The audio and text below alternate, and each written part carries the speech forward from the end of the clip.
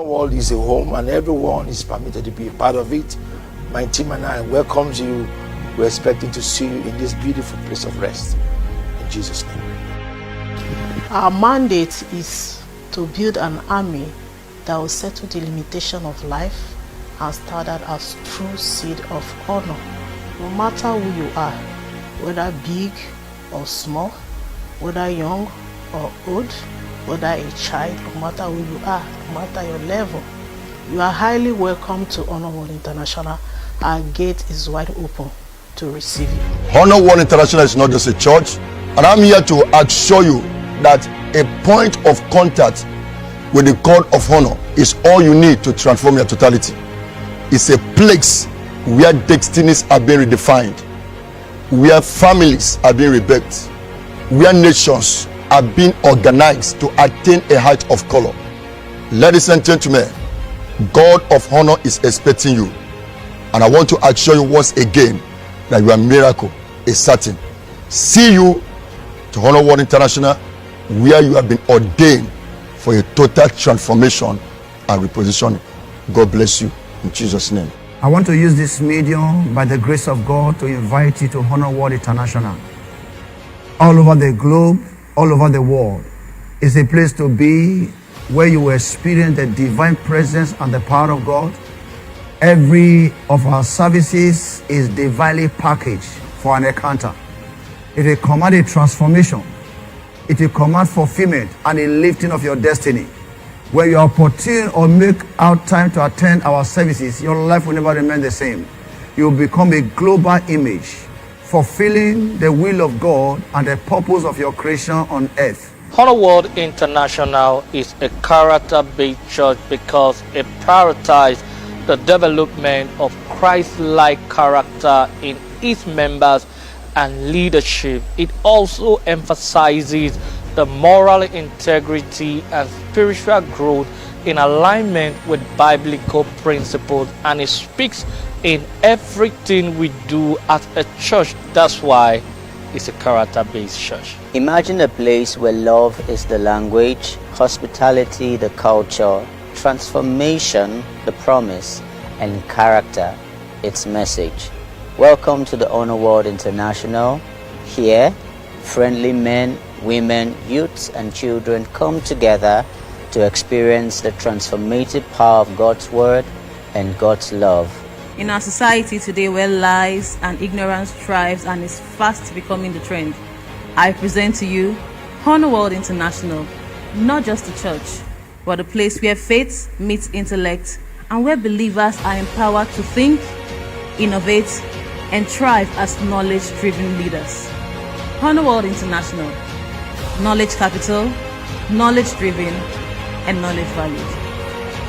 Experience the transformative power of faith at Honor World International, where every moment is infused with a life-changing truth, unconditional love, and a sense of belonging that will leave you deeply satisfied.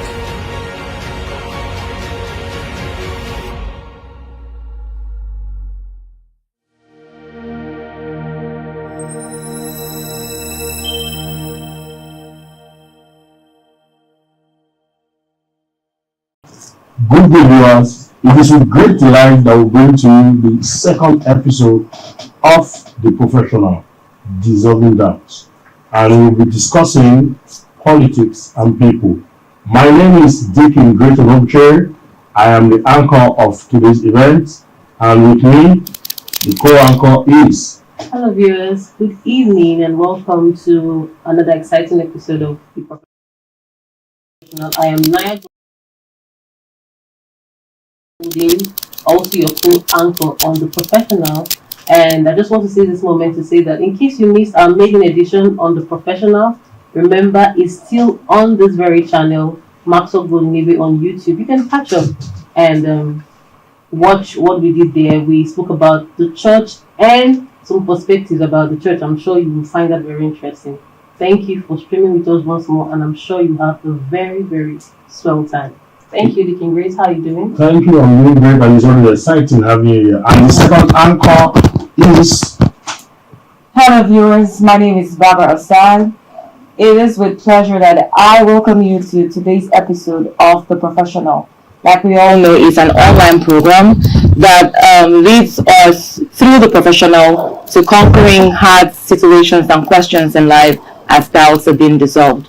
Welcome and enjoy today's episode. Thank you. Good to have you here. You're looking beautiful. Same here. And the main reason why we're here, we are now here to introduce the convener of The Professional, our father and mentor, Dr. Maxwell. Good evening, sir. Bless you. Good to see all of you. I hope you've had a good time with life from the last time we met. Yes. Yes. Great progress. God bless you. Amen. Thank you. Thank you so much, sir. Yeah. Before we proceed, we would like to hear some few words from our convener regarding politics and people before we ask the various questions we have. Life and time. I've been trying to study about life and time, and time is politics. People is life.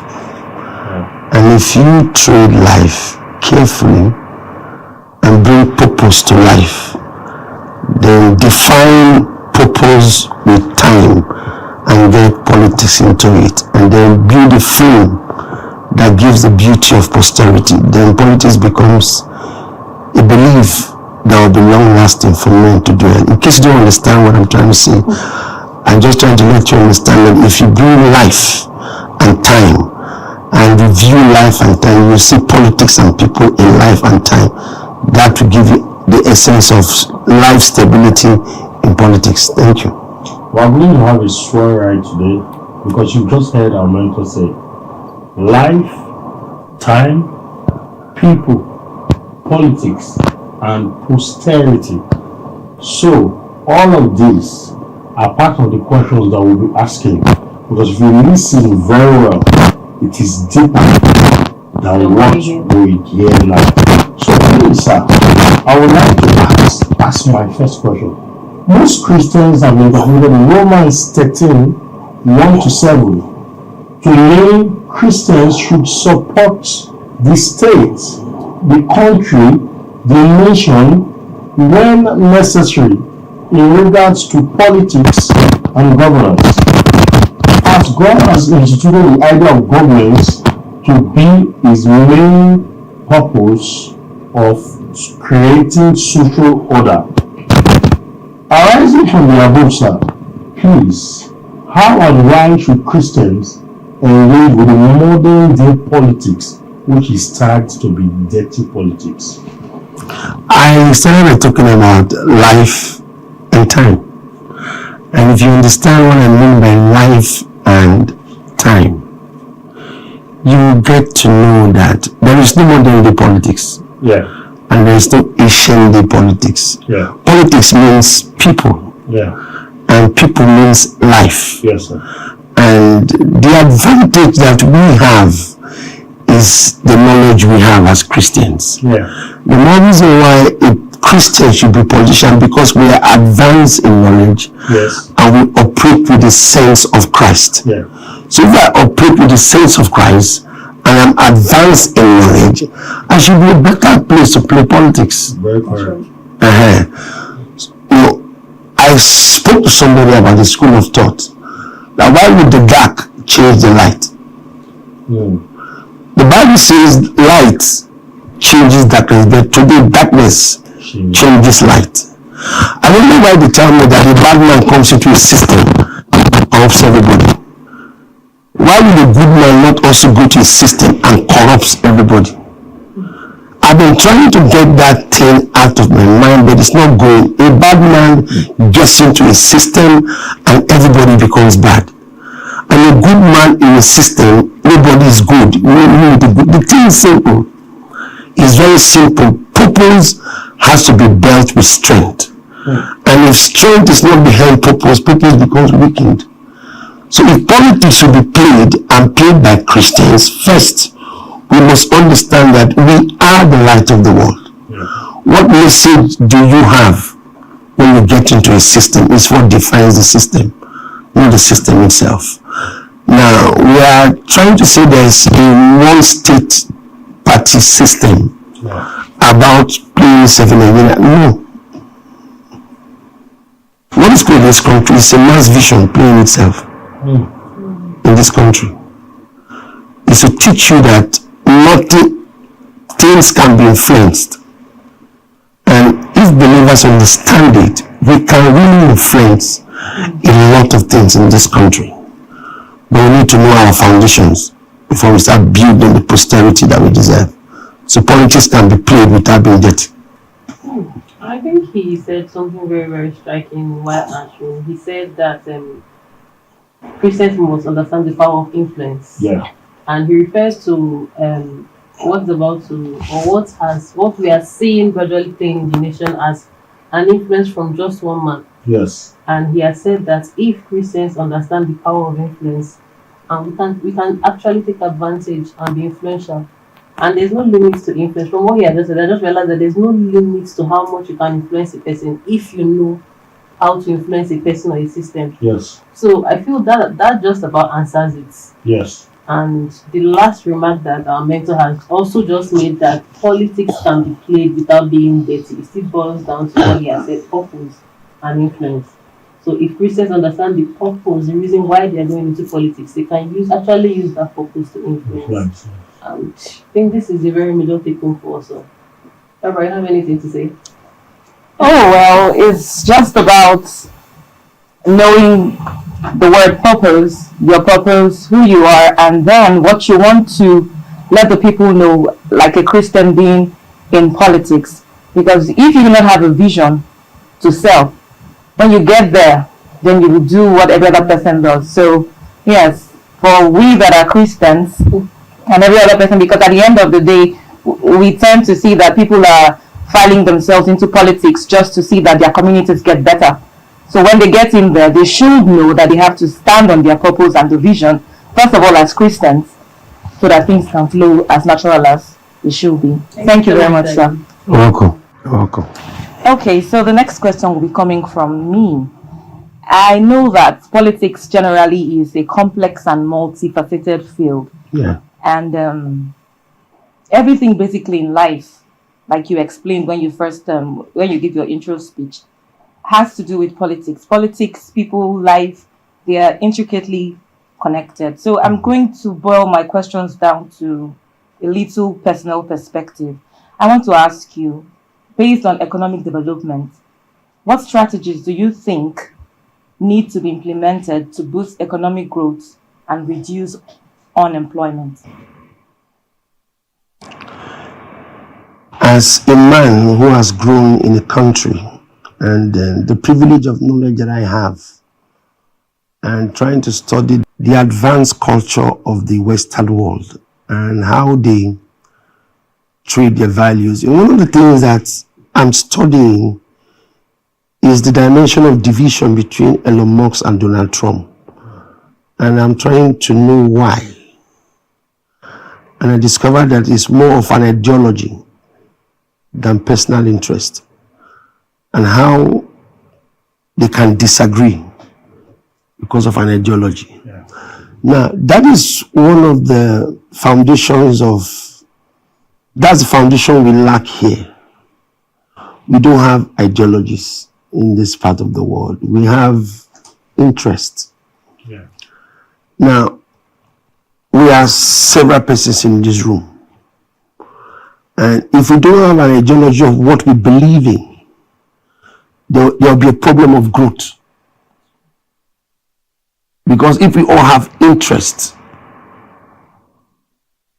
that's where there's a problem. Because if there's an ideology, it takes time to build. Yes. An ideology can take 20 years, can take 30, because first you have to believe in it. Yes. Then defend, because the belief has to be defended, because people will fight against it. Yes. Yes. Then you defend it.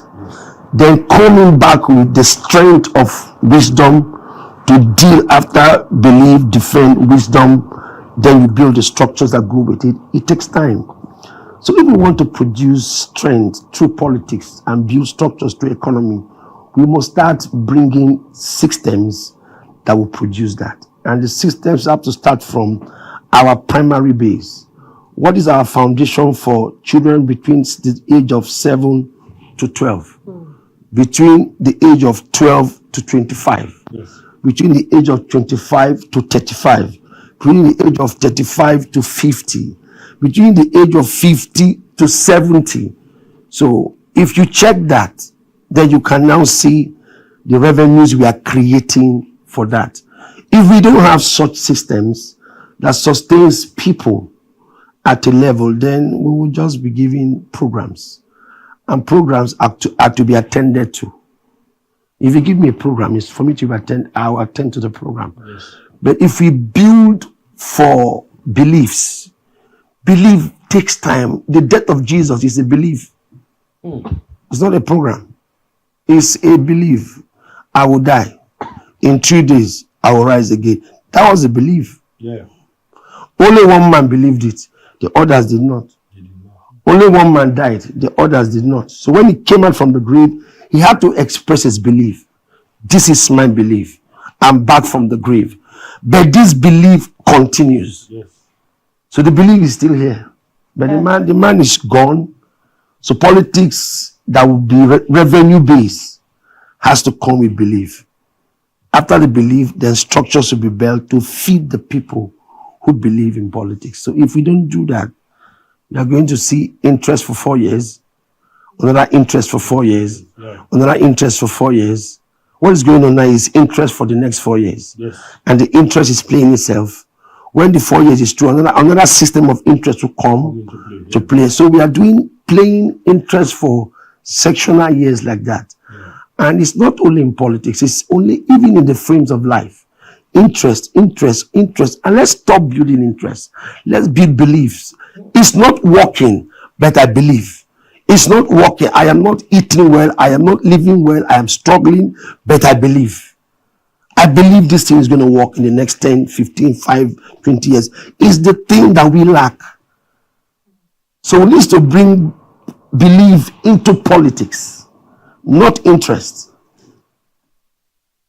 The key word I heard is ideology. Exactly. After ideology, there have to be belief. After you believe the ideology, there have to be defense for the ideology, because there are people that must go against the ideology and not interest. We have heard so much, and we will hear much more. Stay tuned as we go ahead. Naya Bode, give us a question. Just like you said, I've had quite a lot, and I think the question I had in mind while he was just asking, because this is such a mind-blowing revelation, but I was going to ask, and I think I will meet you with my question. Who are the people to sell these ideologies? Because now my question, we are talking about politics and people.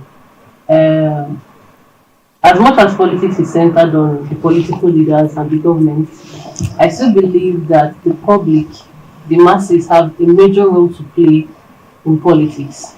So I'll ask, who are the people to sell these ideologies to be believed in? One. And then adding my question now, what should the masses stop doing and start doing to enhance the progress of politics in our system and in our nation? Because I believe that there are some things that the masses themselves are compromising with, are refusing to do, are blinding their own eyes to. Now, he spoke about interest. This interest is double-sided. Yes. There's interest from the people who can ignore every other thing because an interest on their own part is being attended to, and they can neglect every other thing. And then there's the interest from the political leaders. So my question is this: what should the masses stop doing and start doing to enhance our political living? Generally, Elections are privileges given by life and governance to execute. And the electoral is people, it's not machines. And then the people are not the problem. Watch me clearly. Jesus only came and said, I will die for 3 days. The people believed. Some did not. Some believed. Some were in between. Did he die? He did. Did he rose? He did. Now, in the midst of these joint beliefs, he proved that what he said was the truth. And today they are Christians. So you are not to satisfy the people, you are to raise the people. Yes. We are satisfying people, we are not raising them. That is why there's a problem in politics. We are leadership today is satisfying people. We are not raising people. Because raising people, you need to raise leaders. Yes. And I talk to leaders. I keep telling them, help me. I just spoke to some today. Help me build. I'm not going to tell the people to help me build. No. Yes. Because one right leader raised is 1,000 people raised. Yes. So the problem is we are not raising people. We are feeding people. The politician is feeding people. He's not raising them. So if you want to get the best from the people, their interests don't matter. They will complain. They will say there's no food. They will say things are hard. But what is your raising culture? Okay, can they starve for 2 years or for 6 months and then gain access to a proper posterity tomorrow? Then that's a leader seeing the tomorrow. Yes. And neglecting what the people are complaining about. So we need to understand that the interest of the people is because we have not raised the standard that the people need to see. If somebody they don't believe in you or what you're going to do, and you end up succeeding, they will follow you. Success has friends. Yes. So let's raise the people into understanding politics is not a give and take thing. Politics is a building process. You build things for people. It's a building structure. Things are not there. This is the vision I'm going to do there. It is when all of these cultures are built, you start noticing that people now know, oh, what I need here is not food. Oh. You know what you need is not food, my brother. What you need is a system to work. Yes. When you work in a system, you will not lack food in the future. Yes. People are looking for food now because they are not in a system. If you're in a system, you don't need food. You need to belong to a system. And the food culture will produce itself. Yeah. So if we want to get these things done, this is how we are going to start.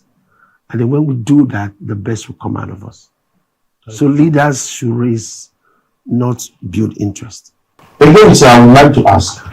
The Bible clearly interpreted the 3 arms of government in Isaiah 33:22. Yeah. The arms of government that you're talking about is the judiciary, the executive, and the legislative. Yeah. Now I'm going to read a part of the Bible. It says, for the Lord is our judge, that is the judiciary, and the Lord is our lawgiver, that is the legislation. Finally, it said the Lord is our king, that is the executive. That's right. He will save us. What does this mean?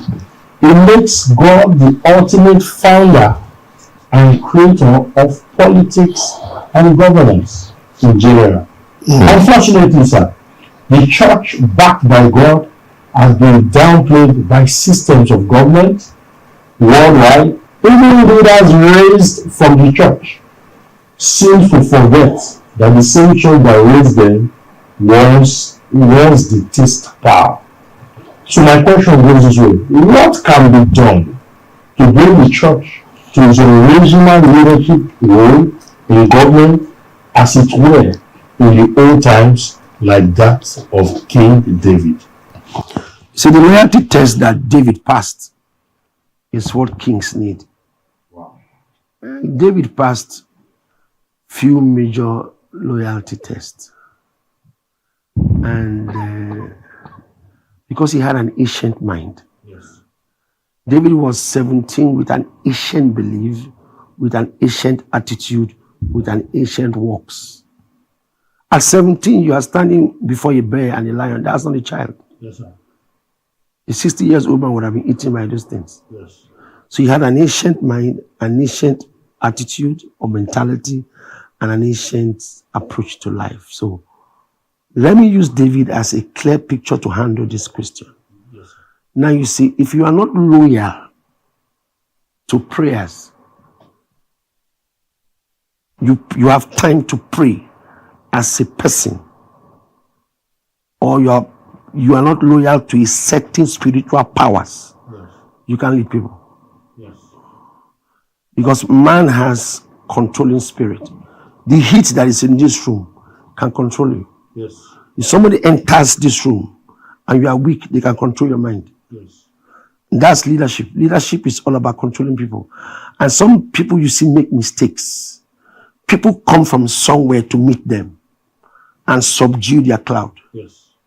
So understand that leadership is a complicated thing. So you must have a strong, loyal, secret place, whether satanic or church. You must have. You won't be neutral. You must have certain powers that if you take decisions, nobody can break them. And David had that loyalty. I pray 7 times a day, and I pray 3 times a day. Can you control that kind of person? No. With any force? No. That kind of person cannot go out of God's will. Check him now. He never disobeyed God. Even when he went out, he came back and apologized. So that kind of person cannot go out of church. So we are raising people and giving them powers who don't have secret spiritual lives. They don't have a strong spiritual being will not see heaven's privilege and abuse it. Because he's already powerful in the secret place. He has power in the secret place, so he can't abuse that. He can't keep God aside. He knows God made him. How can he leave God? I want to ask, how can David leave God? From where? How will David now decide today that he won't go to church again? Or he will now destroy a church system because he's in power? How? The guy had loyalty for certain spiritual matters, and that thing raised him up. So when he entered power, he understood where power grows from.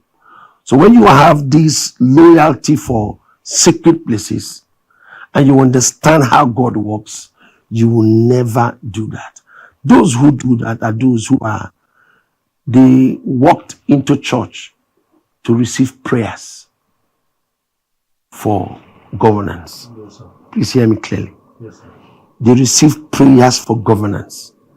They were not into God. So when God blesses them, they don't see it as something God did. They see it as something a man did for them through God. So they honor the man and thank him for the prayers. So they will go back to a certain life again. So they just compensate you. But David did not compensate God. He lived for God. He lived his life for God when he was in power. Because when a man recognizes that his powers is coming from God, he opens the door for it. And he gives a liberty for that expression. So let's understand that you can't be in the church, raised by the church. When you start fighting the church, it's not the church that raised you. It's certain interest that raised you. If you were really raised by the church, you can't run down the church. David was raised by the church. Did he run down the church? Who raised Saul? Look at the 2 kings now. Who raised Saul? He shows the one that did not go through the path of God, how he led Israel. The one who went through the path of God, how he led Israel. So your pathway to the throne is what defines what you do with God. I think I will end there. It's a lot to grab from just this one question, but if you listen carefully, and I'm going to frame it in the most suitable words I have, any true Christian raised by the church, once he gets into power and he has a strong secret place with God before, during, or even after government, will always remember that just God raised him. We'll take a short break now. Stay tuned, don't go anywhere. The Professional returns. Join us this June for a powerful and life-transforming experience at the Night of Peace. Come and encounter God's presence through the Word, salvation, healing, miracles, academic excellence, and so much more. Ministering, Dr. Maxwell Golden Egbe, God's Servant, date Friday, 27th of June, 2025, time 10 p.m. GMT+1. Venue, Rehoboth City, along Asaba Abusa Road, Asaba, Delta State, Nigeria. Don't miss this impactful night. Your encounter with destiny awaits. She said for some time now, she feels drained and as if strength is leaving her. But while you placed your suit on her during the first service, instant strength came into her system and she has felt good from that moment up to now.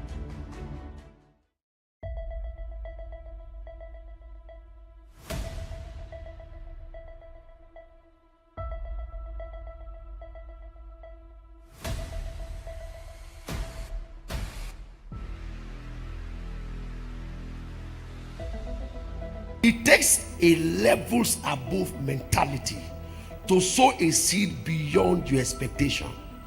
It was that beyond expectation seed. Now, there are seasons in your life that you don't ask questions, you reason by the Spirit to engage the movement. There are waves, and when the waves behind to move at a certain path, you must understand the movement and the waves of a thing. Your distortion will cause you a distraction, and distraction will keep you in destruction. Remember, God is not a respecter of persons. If you are right, you will be right. If you are wrong, you will be wrong. Look at me. Look at me. Seasons are meant for sacrifices, and there are two kinds of sacrifices you must pay: the sacrifices of service and the sacrifices of giving.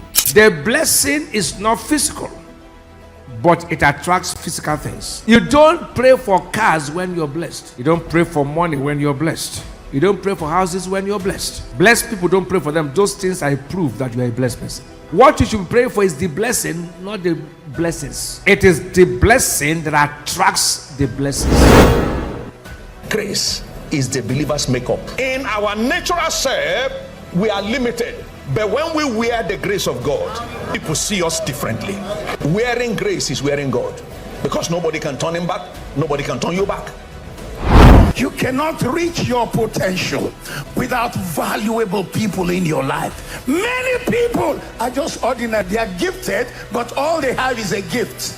But when the gift of men come into your life, your gift is exposed. Every man born of God, there is the you that we see now. There is the you that you have to become. If you are not careful, and if people are not careful, they will take you for the you are now as the you will ever be.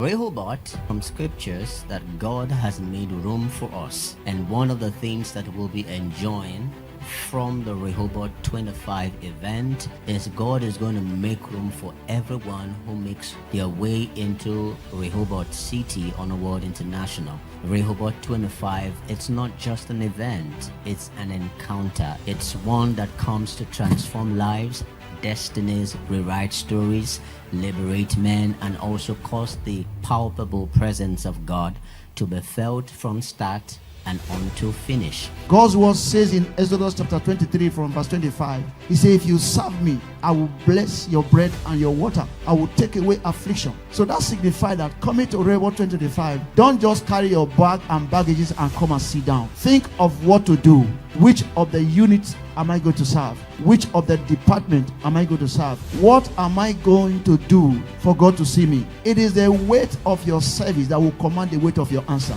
Don't come to sit down and waiting for God to intervene. He does not do it that way. It is your works that will attract God for your blessing.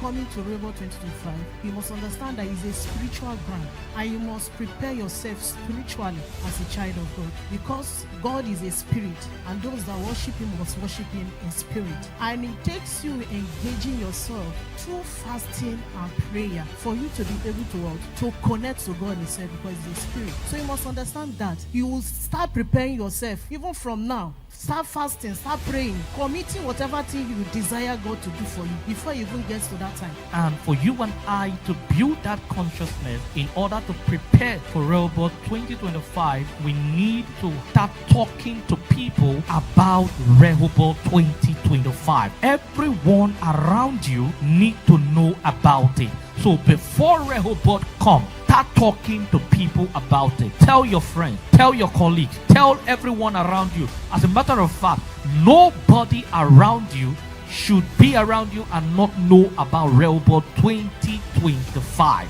And that is why you have your mouth to talk. Let them know about Rehoboth 2025. Everyone needs to know about it. And I'm so sure that even before the 7th of September, and I'm assure you, I'm not exaggerating, but I'm telling you that your answers will be knocking right at your door. Listen to me, you watching me for wherever you are, watching me across the globe.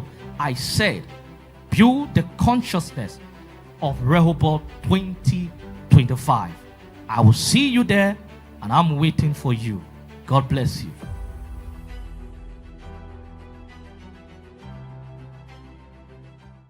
Welcome back from the short break. We're still here on The Professional. Before we went on the break, I want to draw your mind back to some powerful words that we got. The convener said, when a man recognizes that his powers come from God, he opens doors for it. You can take that down while I bring up the second one. If you were raised by the church, you cannot run down the church. Yeah. And he goes on to say, your pathway to the throne shows what you do with God. So as you align yourself with us on politics and the people in today's episode, we hope that you fine-tune your minds and align yourself to the precepts and nuggets that you'll get from this episode of The Professional. So I'll pick up with my second question. Sir, my second question is on governance and accountability. In your own perspective, how best do you think good governance can be promoted and corruption minimized in public institutions?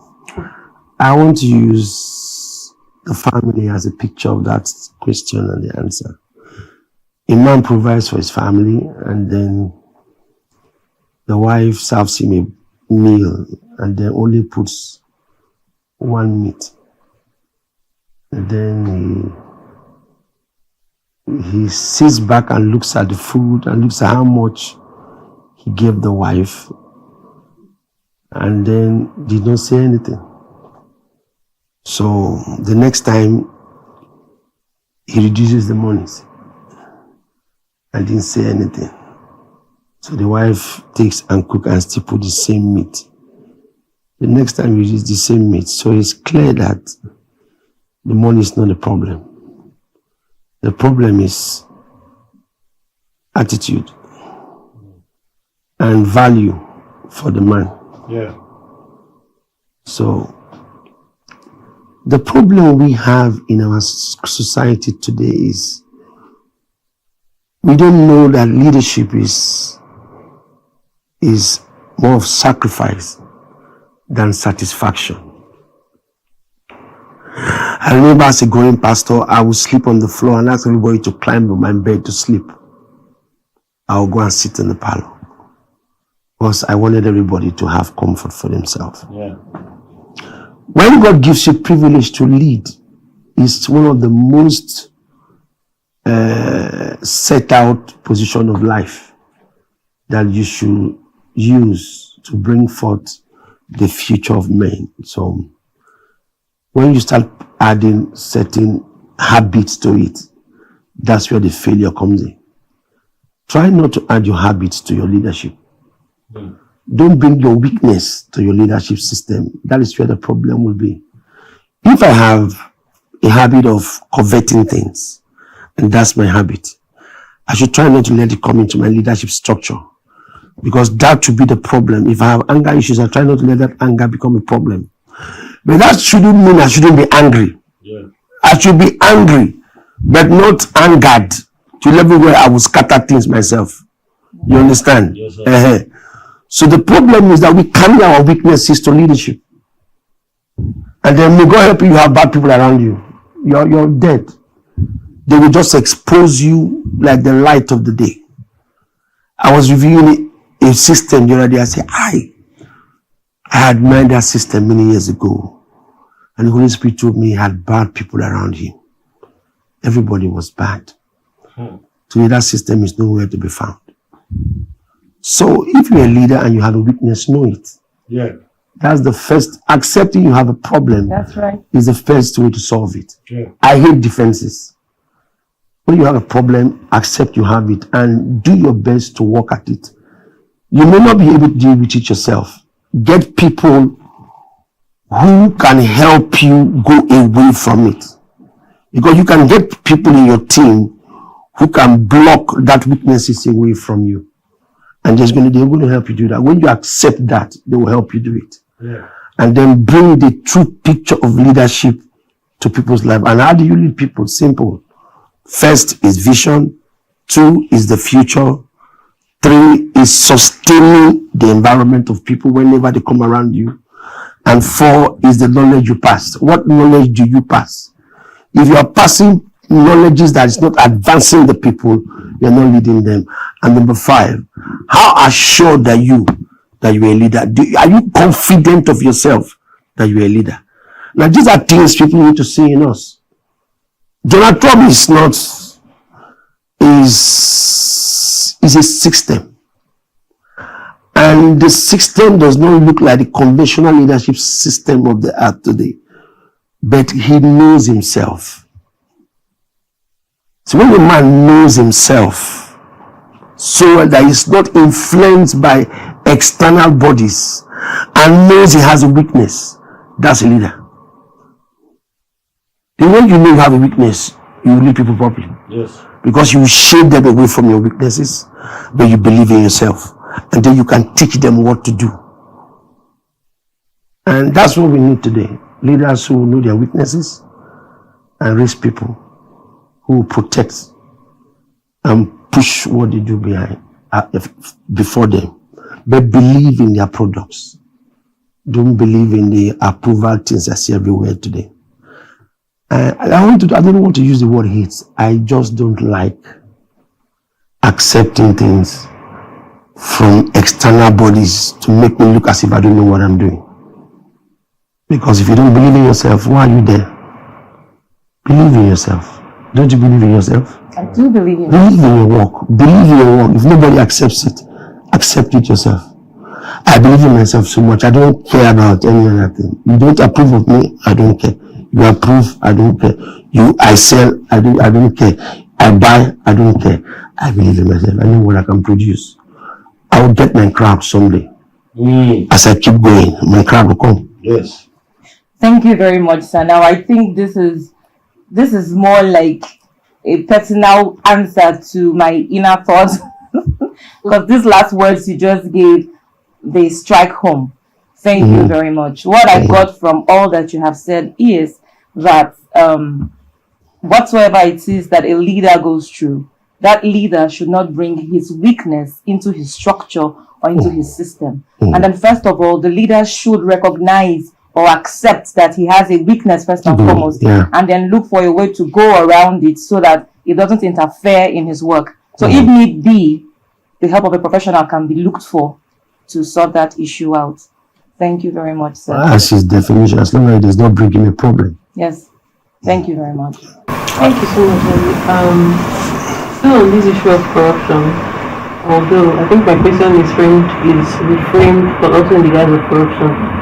What is it not reasonable for government officials who are Christians to actually promote their faith in their decision making.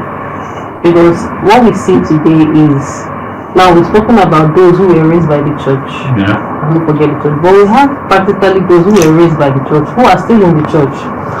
But most times, more often than not, we notice that these people isolate their Christian faith from their political life. Yeah.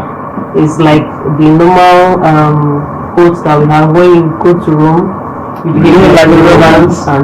But is it not ideal? Because it's very, very, very, very, it's very, very common today that we see leaders who are in church, deacons, elders, and they are who they are in church. But when it gets to, it's still the same thing about influence that we spoke about. Is it not proper? Is it not right that these people influence or let their faith become public in their decision making? Is it not proper in a meeting someone can stand up in the political gathering and promote Jesus and promote the name of God? Is there anything wrong? Let's not be complete knowledge is very powerful. Complete knowledge is very powerful. So let's try to build our direction from the interest that people have for the building of the church. You see, anybody you see that does not sell where he is and what he believes does not have interest for where he is. Because if you have an interest for where you are, the first thing you should sell is the place. Yeah, so it's not all about politics. Any human, there are pastors in the ministry that they don't promote their ministries. Yes. They are there, they work there. They don't promote the church where they believe in. They promote other ministries. They have details over other ministries, but they don't have proper details over their ministry. There are businesses where people are working, they don't have any promotional idea of where they work when you talk about other ministries. So the church is the same thing. People who are in politics, who are not flag bearers of Christianity, is because they don't see the need for it. Because you have to see a need before you start advocating for that need. Yes. They don't see the need for it. Why will a man in the White House now seek to pray? And that guy prays. There's devotion time. He's turning everything. He said, I'm bringing Bible to the White House. Yeah. Some persons enter there and you're taking the Bible out of White House. You are removing Bible from schools. Say, yeah, removing Bible from school. Says that it's a civil world. But he is bringing Bible to the White House, bringing Bible back to schools, because he understands that he needs to promote Jesus. And if we want to do that, we must first get the need. What is the need? And the need is clear. The more we take Jesus away from systems, the more our character drops. Jesus in the place alleviates manners. Less Jesus in the place reduces manners.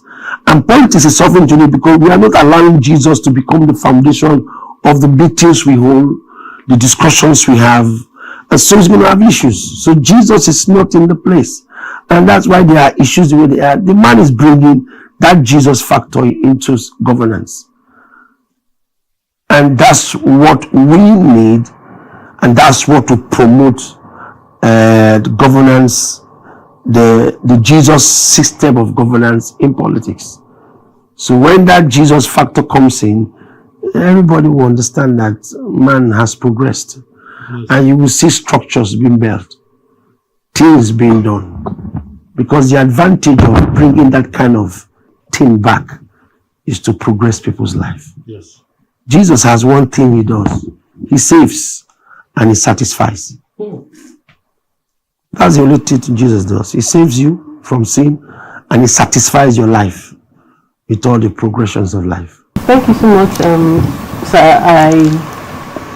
I learned that more Jesus in a place elevates character, and less Jesus in a place diminishes character. And I think this is enough message to any political leader or any aspiring leader or whoever that might be watching.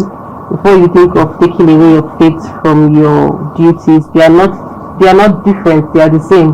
Who you are in Jesus is who you should also be in whatever. That's right. Like he said, that besides politics, even in church, in any profession, who you are in Jesus should also be who you are and what you represent in your various fields of life. And I think this is enough take home for you.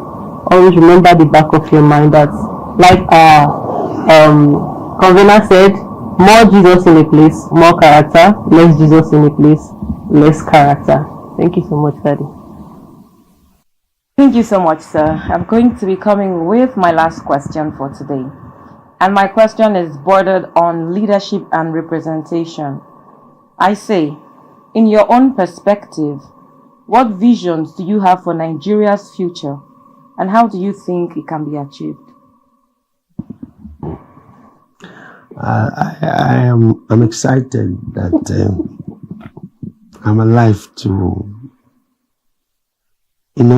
I always admire the high-rising buildings I see in countries, and I ask, why can't we do this? And for me, if I was not a pastor, I would have desired to be a very huge. Today I was watching news about football, and I love the Nigerian coach. And I told myself, if I was a businessman, I would have single-handedly sponsored that man to remain Nigerian coach for a long time, because he knows what he's doing. He's disciplined, he's focused, and what Nigeria needs is that kind of a person. So I said I would have sponsored him, keep him in this country, put too much of endorsement around that guy, and make him comfortable. Anything he needs, let him just stay and do the job. Because in the next 20 years, Nigeria can win a World Cup with that man.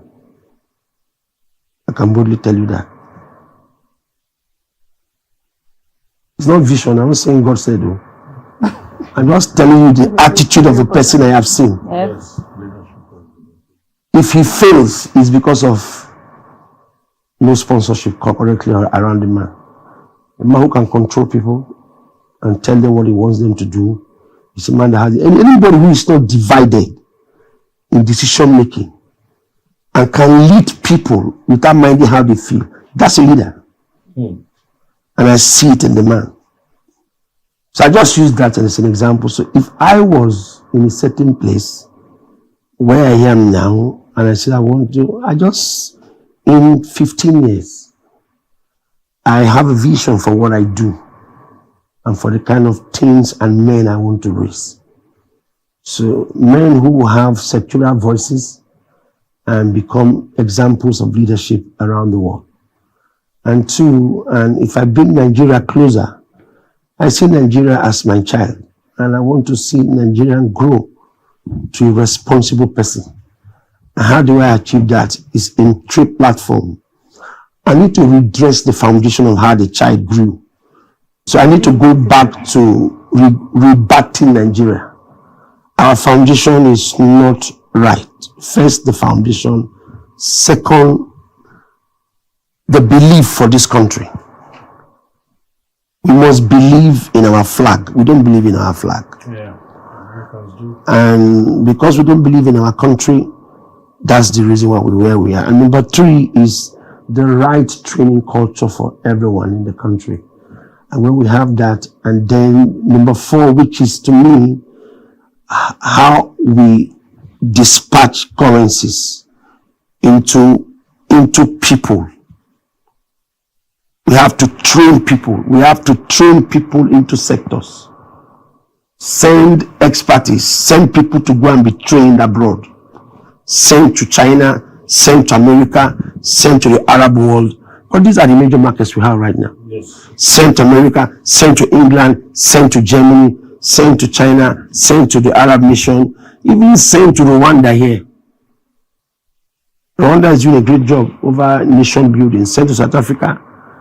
No, all of this country, we raise our people and move them and give ourselves 5 years of training, then push them back with their knowledge, then we begin to build.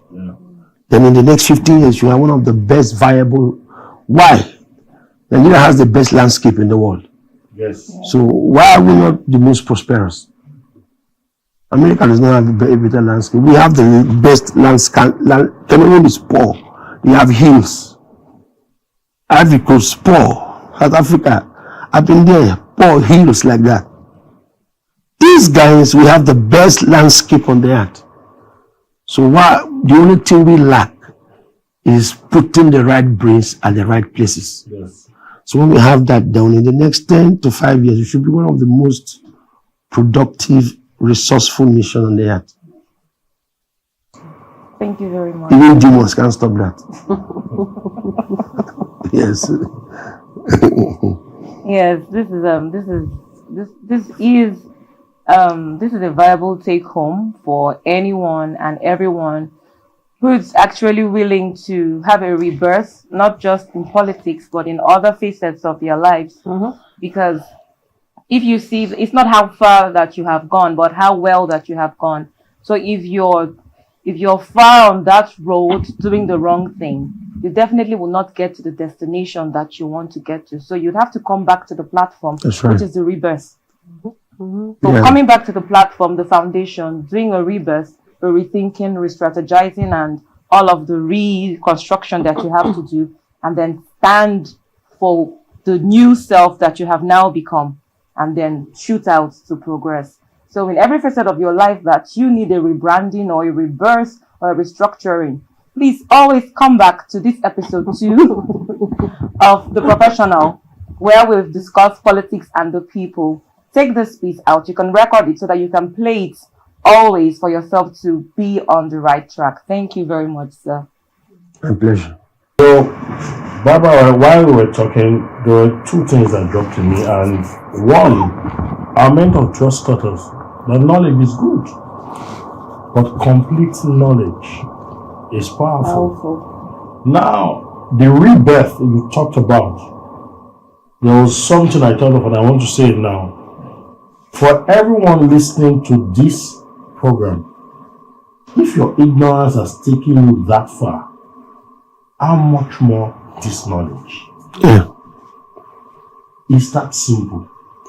No matter how far you are in the ignorance that you are, if you can get this complete knowledge, particularly in this episode 2, save it, bookmark it, listen to it over and over again. There will be a redirection, there will be a rebirth, and you will be happy for the every day of your life. Amen. Thank you so much, sir. You're welcome. This is too much to handle within these few minutes. You know, but I pray we're able to get over this. You've been quiet the entire time, and I could see you typing away. Yes. I'm feeling nuggets from I couldn't help it. The last episode I was just there, but this episode I said I'm going to find a means. I saw you and I joined you in typing, so I'm just going to itemize some of the things that God servant had said. You asked the question what he would do, and as a future plan for the nation, and I just itemized. He said first he will go back to the foundation, and which I believe is the basis for everything. Yeah. And then he said, then he would re-establish the belief for the country. Yeah. Yeah. And then he said, set in place the right training culture for the people, and then start dispatching. When he said dispatching currency to people, I was waiting for him to explain currency, money, but he said send them out. What he meant by currency, dispatching those things into them, like sending them out. And he mentioned some nations to go get trained, get viable ideas for nation building, and return to contribute it back into the nation. Yeah. And all of these things, if you look at these 5 key points, there are things just like you have said that you can implement into any part of your life, marriage, business, and then get results. And so I want to say a big thank you, our mentor and coach and father, for this eye opener. And I believe that this professional was birthed out of pure passion to get people to know and understand. Just like the slogan says, dissolving doubts. Yes. There are a lot of doubts circulating around the nation, around people. And I believe that this is one step to very many steps to start righting wrongs and, giving people the ample knowledge that they need to progress in life. And let's invite our mentor as he gives us his final words and closing remarks. Do we really want to close? We'll continue. The professional will be back again. The business of life is something we have to look into carefully. I'm a very concerned person. I turn that into conversation sometime, and I do personal conversations with myself because I want to meet people I should relate with, people who understands me, people who can hear me and understand what I want to achieve. So sometimes I'm bothered. I'm really concerned that too many people are wasting. And I'm concerned about the waste I see in our society today. I look at the political structure playing itself again for the next 4 years and the pattern that is building itself. I looked at how the American elections was won and how Elon Musk used the AI culture and the media to win that elections for Donald Trump. And I looked at how Donald Trump has fallout with him now. I look at how Russia and Ukraine and China and all of these people are trying to gain, and everything is just power broken system. Power. Which of the nation is powerful, who is weaker, and this strength is getting empowered and weakness is getting weakened. So I come back to my hometown, which is Nigeria, and I see the system they are putting into play. And I say to myself, life has become a business. And we are not, the abundant life the Bible preaches is now dying off. It's now men defining the lives of men. And because that is playing itself, it's becoming a problem to the man who lives on 1% value of his life, on a certain radial effort of sweat to survive. And that guy will not play politics, because politics is supposed to play him in rest. But rather he's struggling to fit in, and the only thing he has is his mouth. It's just to now condemn, because he's condemning now. He's not having the benefit of democracy, so he's condemning a lot of things. Even when the things are coming to him that he's supposed to take decision, because he's in the end, he has to compromise. His interest is what is more important to him than the longer. So I am bothered about our encircling, and let me speak in 1 minute to the heart of everybody. Let's be concerned that your family is not enough to provide for. This idea of working for ourselves is the problem. Your family is not enough to provide for. This idea of people living for themselves, for family, for wife, for children, has made us too greedy and self-centered. And because of that, we are not becoming people of generational impact. The man is just living for today. He's not living for the next 50 years. Nelson Mandela was not for himself. Was for a whole nation. And from that, he fed the nations of the earth with that is belief. So let's live with this. Please live for something that is promising, not for something that is momentary. Moments will come and go, but the work of the future will remain. God bless you. See you next time. Thank you so much, sir. These words we can't get right, but I would love to just highlight something that I heard while we were speaking. From leadership is more sacrifice and not satisfaction. Unfortunately, where we are today is the other way around. But I hope the leaders that we have in our society will find out time to listen to this knowledge that will help them rebrand, rebirth, and progress. I am Great Luxury once again, and I had an amazing time on this studio. Hello ladies and gentlemen, I'm Naya Goldin, and I am signing out on the second edition of The Professional. Remember to join us again in July, third Friday of July, for our next edition. Same time, same channel, 8 p.m. God bless you and thank you for joining us tonight. And I am Barbara Sai. I had an amazing time here on The Professional. Do not forget to subscribe to this YouTube channel where you got amazing insights. Maxwell Golden Egbe. Do not forget to leave your thoughts and your comments in the comment section. We're looking forward to seeing you on the next episode of The Professional. Good night.